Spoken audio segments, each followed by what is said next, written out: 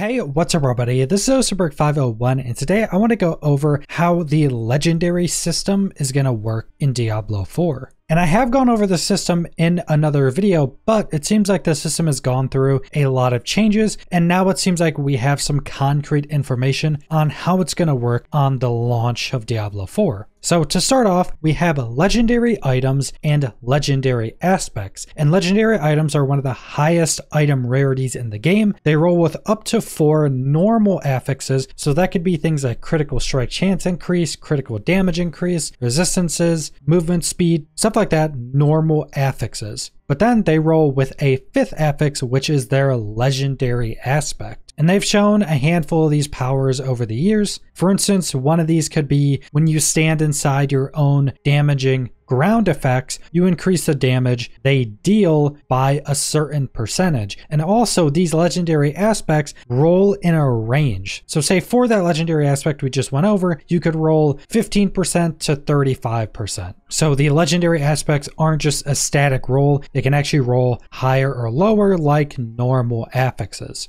And you're able to take this legendary item to an occultist NPC, which will allow you to pull this legendary aspect off the legendary gear piece that will destroy that gear piece and give you a one-time use item that is a copy of that legendary aspect. Now, once you have that one-time use legendary aspect, you can put that on rare or legendary items. Now, if you put it on a rare item, it turns it into a legendary, and we'll go over why that's really important later in the video. But if you put it on a legendary item, it overrides that legendary item's aspect and changes it to the aspect you put on it. But there is a caveat to what different pieces you can put these aspects on, because all aspects are part of one of 5 categories: offensive, defensive, resource, utility, and mobility. And these different categories are going to determine what type of gear piece you can put that aspect on, and can also increase its effectiveness. So for offensive,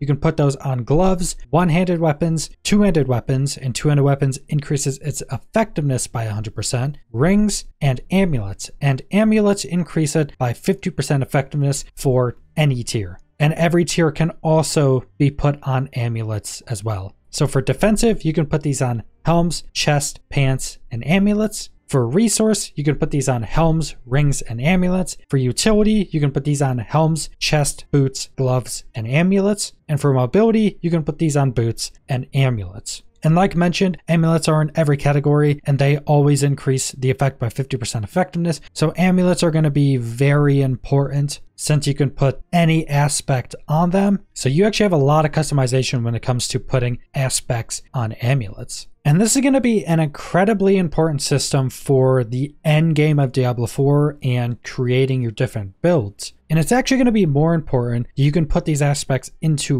rare items because of how the affix rolls work. So in general in Diablo 4, the lower rarity you go, the higher a single affix can roll. So if you had a magic item, which is the 2nd tier of items and are blue, and you had an increase to critical strike chance, that critical strike chance could say roll up to 5%. But then if you went 1 tier above that, which is rare, that critical strike chance could maybe only roll up to 4%. And again, going up to legendary, that roll could maybe only go up to 3%. But as you go higher in the tiers, you can have more total affix rolls. And rare and legendary items can have the same amount of affix rolls, but on the legendary item, one of the affix roll slots is taken up by their legendary aspect. So they can have 4 normal affixes and the 1 aspect. But on rare items, you can just have 5 affix rolls. So say if you got a rare item, 5 normal affix rolls on it, you could then take a legendary aspect that you pulled off a legendary item, put it on that rare item, and now you have a rare item with 5 affix rolls and that legendary aspect. You can't do that on a legendary item. And this being the case means that rare items are going to be some of the most sought after items in the game and are probably going to be a lot of your best in slot rolls. And this is also a reason that trading is going to be pretty important in Diablo 4, or it can be if you're someone that likes to trade, because you are able to freely trade rare items. I went over all that in my last video, which I recommend you go and check out as well. But this means getting a well-rolled rare item, then getting a well-rolled version of the aspect you want and putting them together is how you're going to be making a lot of your best rolled items when you're very far into the end game. Now, this isn't the only way to get legendary aspects to be able to put on other rare or legendary items. There is another system in the game called the Codex, which essentially allows you to unlock legendary powers by doing specific dungeons that will then have infinite uses to put on different items. But I wanted to go over that fully in another video because there's a little bit of weird complexities with that, but that is another way you'll be able to get some legendary aspects, but the best rolled legendary aspects are still always going to come from gear pieces. So going heavily into the end game, I don't think the Codex is going to play a massive part in those super end game builds, but they'll probably play a role as you're gearing up, which will make them play a decent role in pretty much every season. Now, from what I understand, you should also be able to stack the same affix multiple times because, like I mentioned, all of these affixes have a roll range. So all of them have some type of percent or number based increase to something. So if you say have an offensive aspect that you want to stack up as much as you can, you could potentially put that aspect on gloves, a one-hander or two-handed weapon, a ring, and an amulet. So you could potentially have it on all of those different pieces and keep stacking up that effect. Now, that could also be placeholder, and there could potentially be a cap to 1, but I personally don't think that's going to happen. But there could also be some amount of cap to how many times you could actually stack it. Like maybe you could only stack a specific aspect to get enough for 100% of that roll. So maybe if you had one roll that could go up to 25%, maybe you could only stack it 4 times with that perfect roll, which would probably cap out how many times you could actually stack it anyway. It does seem like right now you're able to stack these powers up, but that doesn't mean it'll always be worth it to do that, because a lot of these aspects do give you a pretty strong power in itself, and it may just be much more worth to have a lot more aspects giving you a lot more different procs, damage increases, or special effects than stacking up one to the maximum. And the developers have mentioned quite a lot of times that they want legendary items to be much more rare than they were in Diablo 3. I think even from the most recent endgame beta that everybody just broke their NDA to talk about, even in that, it seemed like legendary items were dropping a lot less than they were in Diablo 3, even though once they got to the higher levels, that they were dropping pretty frequently. But I would probably assume that's also going to get toned down. And from the most recent tests that a lot of content creators and news outlets got to play in, it seems like legendary items were pretty rare. There's a lot of people getting into their 20s and 30s without even getting a legendary item to drop at all. So these aren't going to just be dropping all the time. So that brings me to how I think this is generally going to play out. So as you're leveling up, you're probably not going to be getting a lot of legendaries. So most likely your gear will primarily be made up of rare items. But then once you start to get into the mid game and more into the end game where you're getting a lot of legendary items, most likely you're just going to be using the legendary item with the aspect you want on it until you have started doing dungeons and unlocking the aspects in the Codex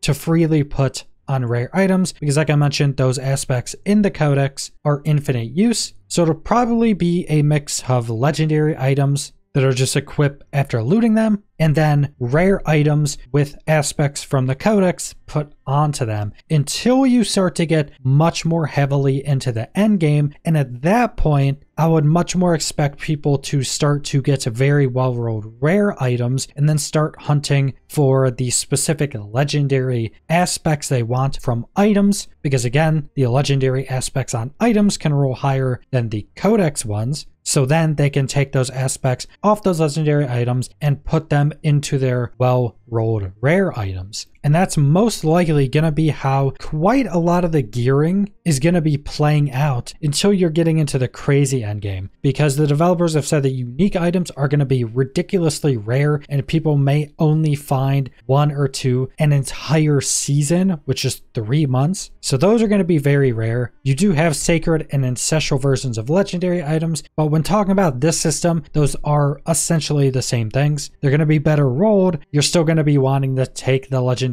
aspect off them and put them on a rare item. So I think that's probably how gearing is going to end up going. for quite a lot of your playtime. But that's pretty much all the information I want to go over for legendary items and their legendary aspects. So subscribe if you want to see more Diablo 4 or other videos. Leave a like if you liked the video. Leave a comment down below what you guys think about the legendary system in Diablo 4. And thanks for watching.